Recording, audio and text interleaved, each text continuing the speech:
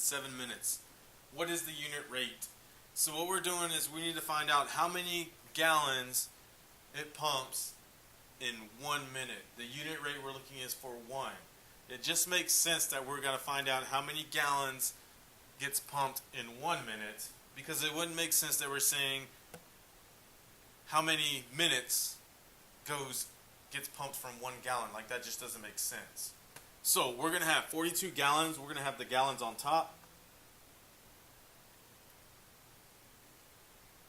42 gallons over 7 minutes. And just because the 7's not like in a number form, don't get confused because it's spelled out like in the word. So 42 gallons in 7 minutes. We need to find out that unit rate of 1 minute. So I mean, what we're doing really is just dividing 42 by 7. So 42 divided by 7 is 6 gallons. So my answer is 6. 6 gallons per minute. We'll box that in red. There we go.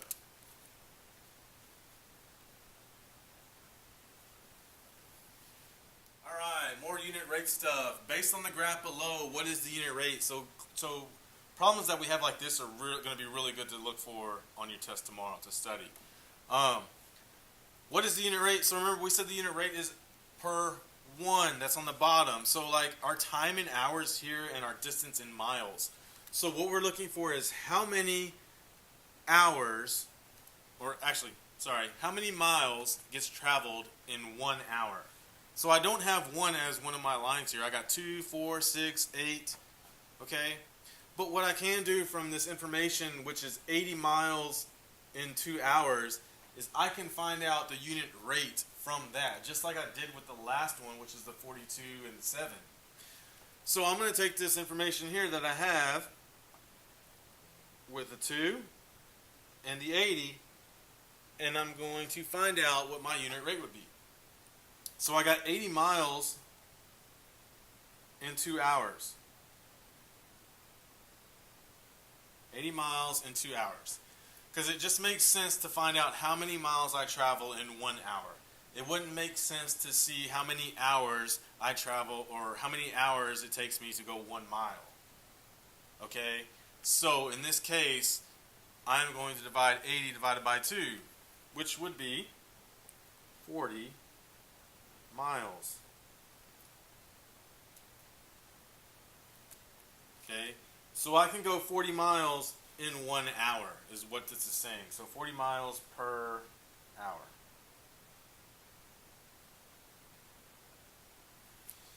And if I did that with the rest of, like right here, like 160 divided by 4, I would still get 40. 240 divided by 6, I would still get 40. So everything, the slope of this is 40. 40 over 1, 40. So the unit rate is 40 miles in 1 hour.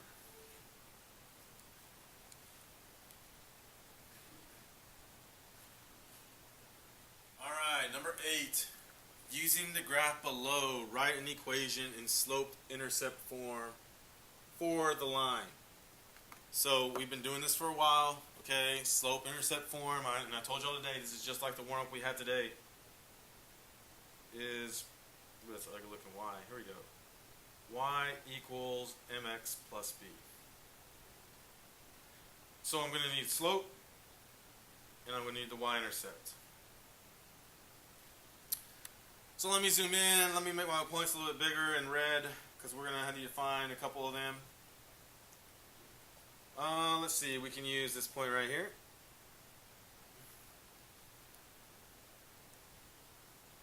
There we go, and then we can go like down to right there. Okay, so first thing I notice is that this is going down. I have to go down first. So if I'm going down, that means it's a negative slope.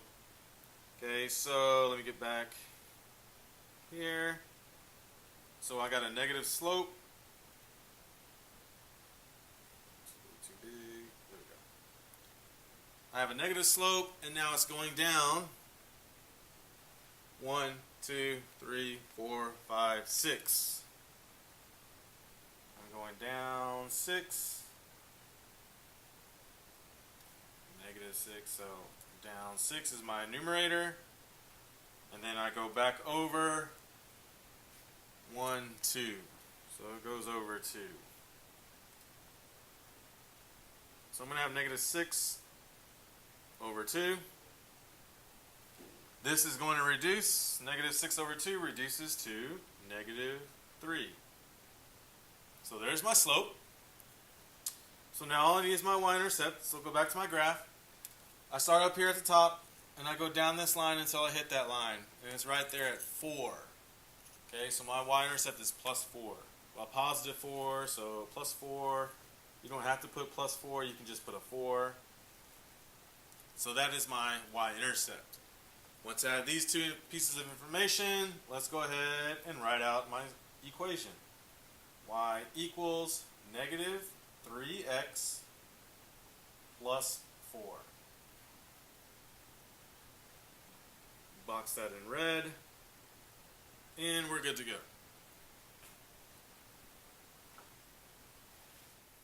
Okay, number 9. Using the table below, find the slope and the y-intercept. So we just need to find the slope and the y-intercept. We don't have to put this in y equals format. So we're looking for our slope and our y-intercept. So remember, in order to find slope, we need to find our differences or our changes in this y values and the difference in changes in the x values. So remember, if you don't see, if you can't look and see what this is going up by each time, then 16.8 minus 15.6. Put that in your calculator if you need to. 15.8 or 16.8 minus 15.6. We get a difference of 1.2. Now, 15.6 minus 14.4. We'll get a difference. Put that in your calculator. You're going to get the same thing, 1.2. And so on with the last one, 1.2. So on the first part of my slope, the numerator is going to be 1.2.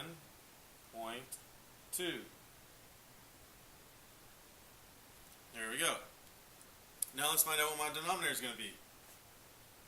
Same thing. My x values, 12 minus 9. It's going to give me a difference of 3. 9 minus 6. A difference of 3. And then obviously the last one is going to be a difference of 3 also. So my change in x values is going to go as my denominator here.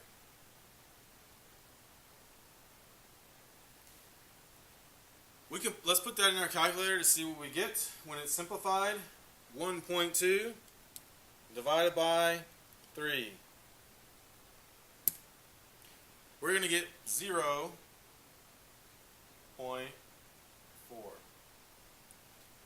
There's my slope. Okay, so now let's go back and we need to find out my y-intercept. So I look to see where x is 0. So I don't have 0 here. I got 3, 6, 9, and 12. Okay, so I kind of need to work backwards. We're going backwards from here. So let me get a box here. We'll put that. We'll cover that up right there. Okay. So obviously if I'm going 12, 9, 3, or 6, 3, my next number here would be 0. Okay.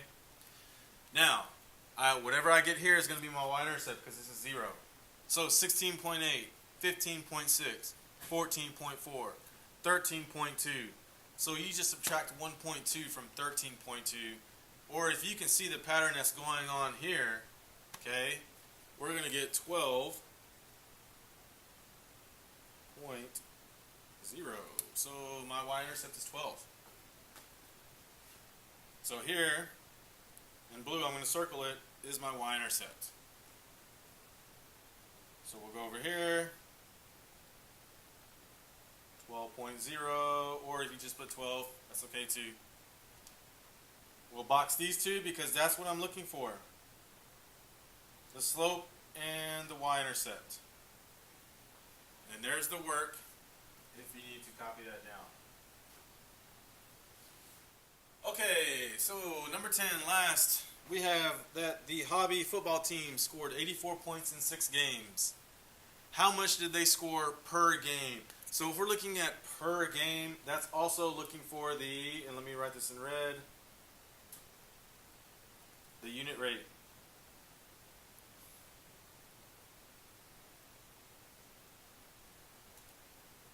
Alright, so the unit rate, 84 points in 6 games. So we're going to put 84 as my numerator. 84 points. We'll put 6 games as my denominator. If we divide this, then we're going to get how many points we scored per game, so per one game. So 84 divided by 6. We're going to get 14 points per game. Points per game. That's all we're doing when we're finding how many points per game, or if we're going to find the unit rate. Alright, so I would study tonight, look over some of the things that we got, the 2 worksheets we had today in classwork. Study those. A few of the questions here on this homework I would study. Definitely the ones that talk about unit rate. So like this one, oh not that one. Here, number 7, number 6, and number 1, stuff like that. Alright? Okay.